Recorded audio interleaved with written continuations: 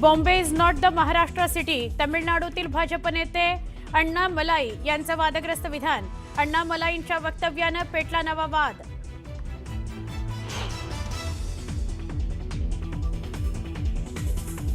बदलापूर लैंगिक अत्याचार प्रकरणातील आरोपी तुषार आपटे भाजपनं स्वीकृत नगरसेवक. अत्याचार करणाऱ्याला भाजपनं बक्षीस दिलंय का म्हणत संजय राऊतांचा हल्लाबोल.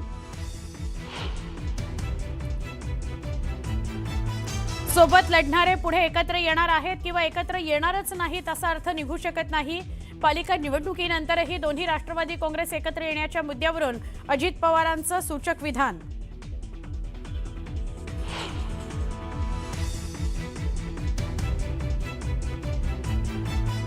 काही प्रमुख लोक वक्तव्य करून जातात आणि नंतर बुमरँग होतं. नंतर दुसऱ्याला त्यावरून पांघरूण घालावं लागतं. न्यूज 18 लोकमतला दिलेल्या मुलाखतीत अजित पवारांचा रवींद्र चव्हाणांना जोरदार टोला.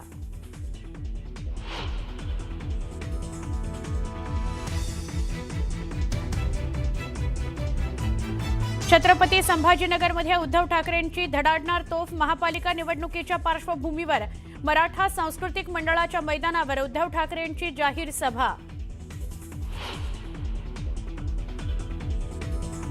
पुणेकरांना मोफत बस आणि मेट्रो सेवा देणार. पुण्यातील राष्ट्रवादी काँग्रेसच्या संयुक्त जाहीरनाम्यामध्ये अजित पवारांची मोठी घोषणा.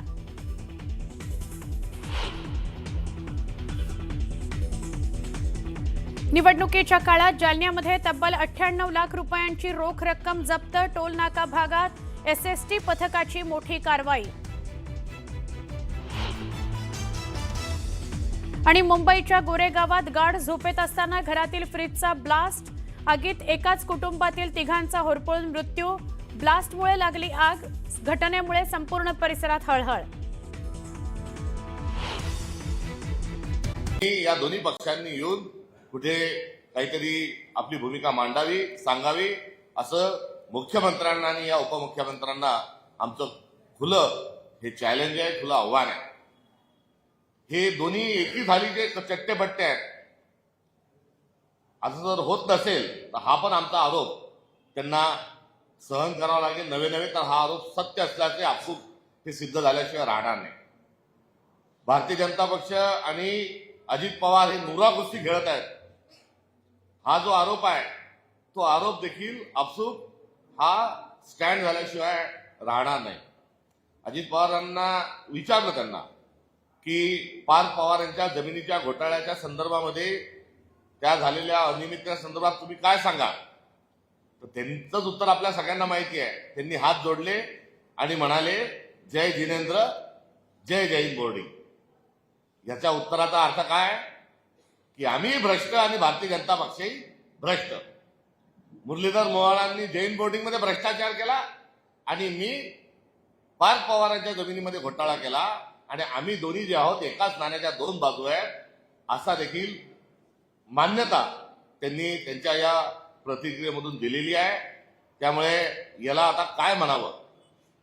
आम्ही जर बेशरम शब्द वापरला तर तो शिवीवाचक नाही, तो वस्तुस्थिती जन्य की ज्यांना शरम वाटत नाही.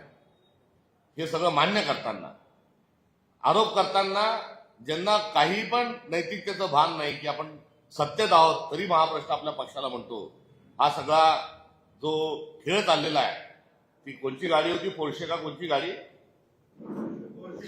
त्या गाडीने जसं धडक दिली आणि नंतर मग आरोपीला सोडवण्यासाठी जसे सत्ताधारी धावले तसं आता हे या प्रकरणातून अजित पवार हे लोकशाहीला त्यांनी धडक दिलेली आहे आणि लोकशाहीला धडक देऊन त्यांना चिरडून टाकण्याचं काम हे अजित पवार करत आहेत. तर आता गाडी जी आहे तिला एनसीपी म्हणायचं का ड्रायव्हर आहे त्याला म्हणायचं का भाजपला गाडी म्हणायची ड्रायव्हरला एनसीपी म्हणायचं, हे मी पुणेकरांवर हा विषय या निमित्ताने या ठिकाणी सोडून देतो. मात्र एकंदरीत जे चाललंय ते कुठेतरी अत्यंत निषेधार्ह आहे. त्या गोष्टीचा आम्ही तीव्र शब्दामध्ये निषेध करतो. पुणे तिथे काय, पुणे हे महाराष्ट्र नव्हे, भारत नव्हे तर जगात ख्याती असणाऱ्या पुणेकरांनाही या निमित्तानं पुणेरीपण, महाराष्ट्रबाणा हा जपला पाहिजे. आणि अशा एखाद्या रंग बदलणाऱ्या प्राण्यालाही लाजवणारे जे बहुरूपी या गावामध्ये जे फिरतात आहेत आणि हे बहुरूपी फिरत असताना आमिष वेगवेगळे आणि आमिष वेगळे दाखवत असताना पैसाही मोठ्या प्रमाणात वापरतात आहे, गुंडागर्दी वापरतात आहे. पुण्याला संस्कृतिक शहर म्हणता म्हणता कोयता गँग सारखे शब्द ऐकावे लागले. पुण्याला संस्कृतिक शहर म्हणता म्हणता ड्रग्सचं महाराष्ट्रातलं हब इथपर्यंत चिंताही व्यक्त करावी लागली.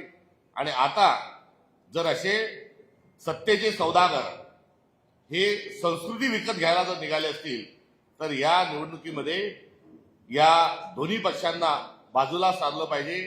हे साकडं देखील आम्ही पुणेकरांना काँग्रेसच्या माध्यमातून या ठिकाणी घालत आहोत.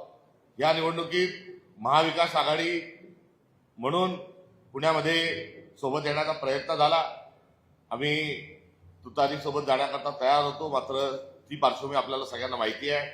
आता आम्ही शिवसेनेच्या युबीटीच्या सोबत या निवडणुकीमध्ये पक्षाच्या वतीने सतीश पाटील साहेब हे आमचे निरीक्षक होते.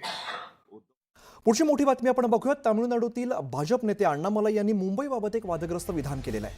मुंबई महापालिकेच्या निवडणुकीत अमराठी मतदारांना आकर्षित करण्यासाठी भाजपाने उत्तर प्रदेश, बिहार यासह देशातील अन्य राज्यातील नेत्यांना प्रचारात उतरवलेलं आहे.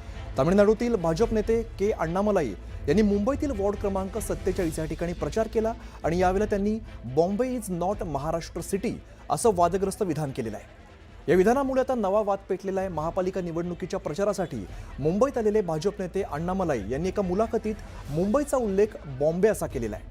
एवढ्यावरच ते थांबले नाहीत, त्यांनी बॉम्बे महाराष्ट्रातलं शहर नाही तर ते आंतरराष्ट्रीय शहर आहे असा उल्लेख केला आहे.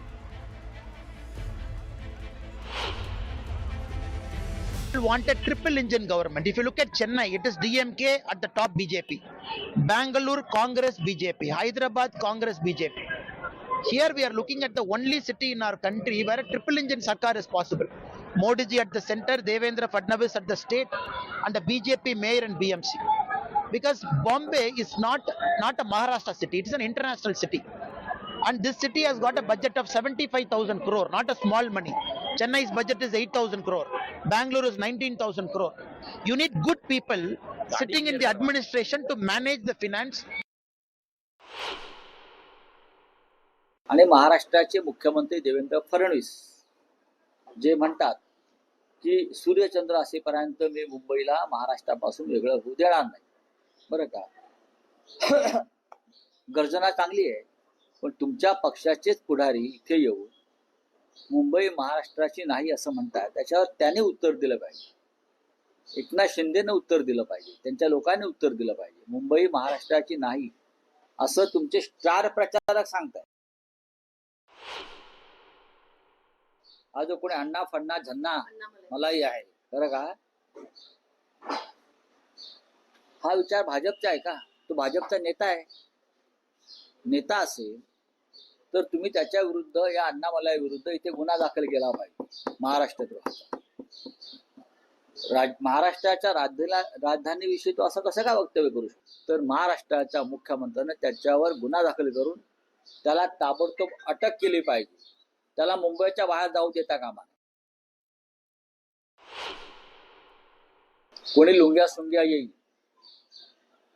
आणि मुंबई महाराष्ट्र अशा प्रकारे जाऊन आमच्या तोंडावरती चप्पल मारून जाईल. कुठे आहे तुमचा स्वाभिमानी बाणा? हे धनुष्यबाण ज्याने घेऊन चोरलाय किंवा जे शिवसेना म्हणून मिरवतायत, का त्यांच्या तोंडामध्ये आता गोळा बसलेला आहे कापडाचा? एवढे लाशात की तुमच्या थोबाडात मारून गेला तो अण्णामध्ये सरकारच्या. दरम्यान अखिल चित्रे यांनी ट्विट करत भाजपावरती निशाणा साधलेला आहे. ते ट्विटमध्ये म्हणतायत, शेवटी पोटातलं उठांवर आलंच. भाजपाला आम्ही शेवटचं सांगतोय, निवडणुका गेल्या तेल लावत, पण मुद्दामहून असल्या बांडगुळांना त्यांनी आणून मराठी माणसाला चिथवू नका. पुन्हा तुमचा कोणी भाजपला मुंबादेवीच्या मुंबईला बॉम्बे म्हणाला आणि बलिदान देऊन मिळवलेल्या मुंबईवरून मराठी माणसाला हिणवलं तर तुमची मराठी माणसाची गाठ आहे हे लक्षात असू द्या. शहरांची नावं फक्त शब्द नसतात, तर भाषा, संघर्ष, अभिमान आणि स्वाभिमान दर्शवतात. मुंबई म्हणजे मुंबईच, बॉम्बे नाही. आणि मुंबई महाराष्ट्राचीच, जय महाराष्ट्र अशा पद्धतीचं ट्विट त्यांनी केलेलं आहे. तर अण्णामलाई यांनी अत्यंत चुकीचं विधान केलेलं आहे. त्यांनी केल्याची टीका सुप्रिया सुळेंनी केली आहे. मुंबई महाराष्ट्राची आहे आणि ती महाराष्ट्राचीच राहणार. मुंबईला महाराष्ट्रापासून कोणीही तोडू शकत नाही असंही सुप्रिया सुळे म्हणाल्या. ताई काय सांगाल, कसा जाहीरनामा आहे? दोन्ही दादा आणि तुम्ही एकत्रित येऊन जाहीरनामा केला. एक अतिशय पुणेकरांसाठी जो इम्प्लिमेंट करता येईल असा जाहीरनामा केलेला आहे. त्याच्यामुळे माझा विश्वास आहे की पुणेकरांच्या सेवेसाठी जे प्रयोग आम्ही करून बघितलेले आहेत वॉर्ड्समध्ये, त्याचं स्केलिंग पुढच्या 5 वर्षाचं. ताई, महाराष्ट्र वाट पाहत होता दोन गोष्टींची. ठाकरे बंधूंनी एकत्रित यावं आणि तुम्ही भावांनी एकत्र यावं. ऍटलिस्ट पुणे आणि पिंपरी चिंचवडसाठी एकत्रित आलायत तुम्ही. पुढचं हे समीकरण असंच राहील असं वाटतंय आता तरी? बघूया ना, ही फर्स्ट फेज आहे. पुढे बघूया कसं काय होतंय. आता आम्हीचा फोकस या भागाचा सर्वांगीण विकास करणं आहे. ताई ना, निवडणूक आहेत स्थानिक पातळीवरच्या, पण भाजपकडून जो प्रचार केला जातो किंवा विरोधी पक्षाकडून, अगदी महेश लांडगेंचं विधान असेल दादांवर केलेलं, आणि काल जे भाजपचे नेते आहेत त्यांनी सांगितलंय की मुंबई ही महाराष्ट्राची सिटी नाहीये. अण्णामलाई जे नेते आहेत दक्षिणेतले, असं बोलणं किंवा प्रचार या स्तरावर नेणं योग्य असं वाटते तुम्हाला? हे दुर्दैवी आहे. पिंपरी चिंचवडमध्ये पण जी पातळी भारतीय जनता पक्ष, म्हणून मी अनेक वेळा म्हणते की भारतीय जनता पक्ष हा एक अतिशय सुसंस्कृत पक्ष होता. जेव्हा प्रकाश जावडेकर असतील किंवा बापट साहेब असतील, मी त्यांना ऍक्च्युली मिस करते. जरी आमचे विरोधक असले तरी अतिशय सुसंस्कृत विरोधक होते आणि एवढी पातळी कधीच चढली नव्हती. हे नवीन इनकमिंग जे बीजेपीनी सुरू केलंय ना, त्याच्यामुळे दुर्दैवाने एक सुसंस्कृत पक्ष जो भारतीय जनता पक्ष खरंच होता, त्याचे जुने सिनियर लोक खूप सुसंस्कृतपणे राजकारण करत होते, ते आज कुठेतरी हरवलेत. आणि त्याच्यामुळे हे नवीन इनकमिंग जे भारतीय पक्षात आले ना, त्याच्यामुळे त्या पक्षाचं नुकसान झालं आणि महाराष्ट्राचा पातळी खाली जाण्याचं सगळ्यात मोठं कारण ते आहे.